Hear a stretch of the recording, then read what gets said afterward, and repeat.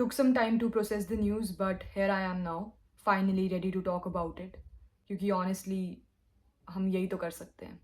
Hi guys, my name is Nishtha Berry. Welcome back to my YouTube channel. 21 नवंबर को प्रांशु नाम के एक लड़के का मर्डर हुआ था. He was only 16 years old. हर जगह आपने जहाँ भी पढ़ा होगा इसके बारे में आपको यही सुनने को मिला होगा कि उसने सुसाइड की थी. But no, it was a cold blooded murder. पर ये ऐसा क्राइम है कि ना तो यहाँ क्रिमिनल्स के अगेंस्ट कोई एक्शन लिया जाएगा और ना ही वो कभी पकड़े जाएंगे. दिवाली के अराउंड प्रांशु की एक रील वायरल चली गई थी सोशल मीडिया पर और उस रील पर उसको बहुत बुरी तरीके से ट्रोल किया गया. हेट स्पीच वैसे तो इंस्टाग्राम की गाइडलाइंस के अगेंस्ट है, पर इमेजिन एक 16 साल के बच्चे की रील के नीचे 300-400 भर भर के हेट कमेंट्स किए जा रहे हैं, जो कि बढ़ते जा रहे हैं जैसे जैसे रील और वायरल होती जा रही है. नतीजा ये हुआ कि ऑनलाइन बुरी तरीके से बुली होने के बाद उस 16 साल के बच्चे के दिमाग पे जो असर हुआ, उसे ये लगा कि उसकी लाइफ की कोई वैल्यू नहीं है. और फिर वो हुआ जिसके बारे में हम सब ने सुना. ये सिलसिला यहाँ ख़त्म नहीं हुआ.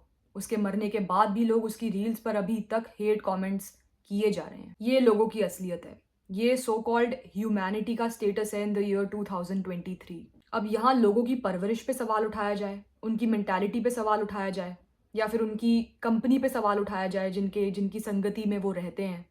आखिर किसको ब्लेम किया जाए? कई लोगों ने तो ये तक भी कहा कि अगर सोशल मीडिया पर अपना कंटेंट आप अपलोड कर रहे हो तो आपके अंदर हिम्मत होनी चाहिए अच्छा बुरा दोनों सुनने की. बात सही है, कंस्ट्रक्टिव क्रिटिसिज्म किसी को देना नहीं आता. एक 16 साल के बच्चे के रील पे अगर आप जाकर उसको बोल रहे हो कि तुझे मर जाना चाहिए, तेरा बाप नहीं है. 16 साल का बच्चा. यही प्रॉब्लम है कि लोग कभी अपने आप को रिस्पॉन्सिबल मानेंगे ही नहीं. उनकी नज़रों में हमेशा दूसरा इंसान ही गलत होता है. मतलब ऐसे तो रेपिस्ट्स और मर्डरर्स भी सड़कों पर घूम रहे होते हैं, तो आपको तो सड़कों पर जाना ही नहीं चाहिए. क्योंकि अगर आप सड़कों पे गए और अगर आपके साथ कुछ हो गया तो you can't blame the rapist और द मर्डरर, बिकॉज गलती तो आपकी है. आप क्यों आए सड़क पर? विक्टिम को ही आप कल्प्रिट बुला रहे हैं. विक्टिम शेमिंग तो हमारी इंडियन सोसाइटी में बहुत मामूली बात हो चुकी है. औरतों का रेप हो जाता है तो उसमें भी उनकी गलती बताते हैं. पढ़ाई लिखाई क्या काम आ रही है? देश सिर्फ जहरीला बनता जा रहा है. ये सोशल मीडिया पर हेट फैलाने वाले ज़्यादातर आदमी ही होते हैं. प्रांशु की रील पर भी जितने भी बुरे कमेंट्स थे मोस्टली आदमियों ने किए हैं. मतलब ऐसे लोग खुद अपनी ज़िंदगी से कितने परेशान हैं, खुद कितने ज़्यादा अनहैप्पी हैं ये लोग कि इनको दूसरों के कंटेंट पर गंदे कमेंट्स करके, उल्टे सीधे कमेंट्स करके इनको खुशी मिलती है.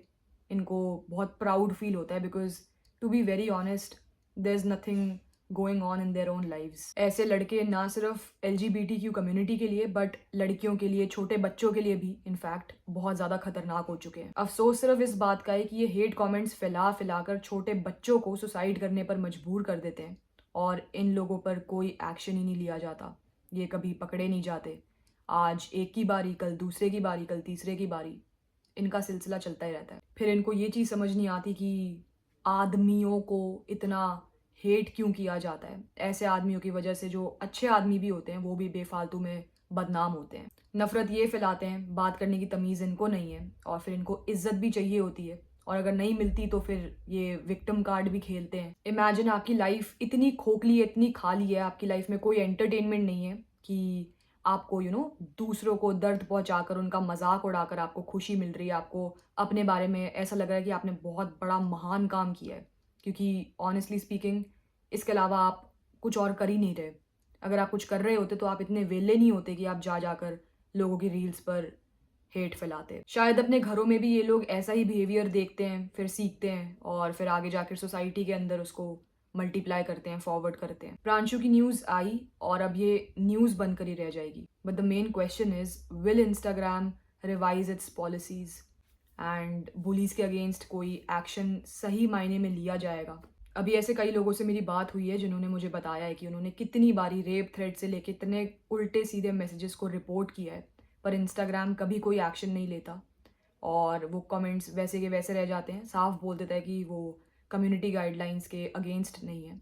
तो अब आजकल लोगों ने उतना एफर्ट डालना भी बंद कर दिया, वो रिपोर्ट ही नहीं करते क्योंकि कोई सुनता ही नहीं है. पर मिसोजिनिस्टिक कंटेंट, होमोफोबिक कंटेंट, ऐसे कितने पेजेस हैं इंस्टाग्राम पर जो सिर्फ अंट शंट कंटेंट बनाते हैं, हेट फैलाते रहते हैं और वो फ्लरिश कर रहे हैं. इंस्टाग्राम कभी कोई एक्शन लेता ही नहीं उस कंटेंट के अगेंस्ट. तो सोशल मीडिया यूज़ करने वाले लोगों से तो ये अपील करना एकदम ही बेफिजूल होगी, क्योंकि जो हेटर है वो end of the day hater ही रहेगा।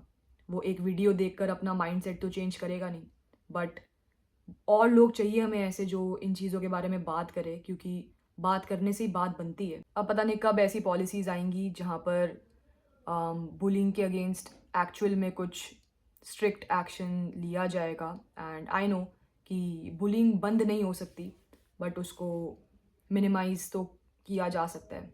और इंस्टाग्राम जैसा प्लेटफॉर्म, इंस्टाग्राम से लेकर यूट्यूब, कोई भी प्लेटफॉर्म, ये हेटर्स हर जगह आ जाते हैं और हर जगह अपना गंद फैलाते ही फैलाते हैं। ऐसे प्लेटफॉर्म्स पर रूल्स थोड़े और स्ट्रिक्ट होने चाहिए, और ये जितने भी फेक अकाउंट्स हैं, पहली बात तो ये ख़त्म हो जाने चाहिए एकदम।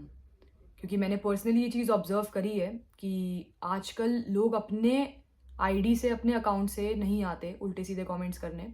बहुत सारे फेक अकाउंट्स बनाए हुए हैं, वो यूज़ करते हैं।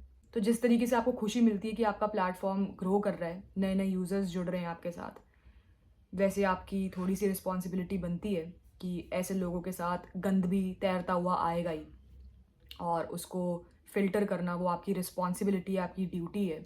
तो इसलिए लाओ, नई नई पॉलिसीज़ लाओ और बुलिंग को रोकने की कोशिश करो, क्योंकि इसके अलावा तो कोई और ऑप्शन है नहीं। बोलना और भी बहुत कुछ है मुझे, but whenever I try to talk about this topic, बस मेरा दिमाग एकदम केओस में चला जाता है और बहुत हैवी फीलिंग होती है मुझे। तो I think that's it. Please be safe. या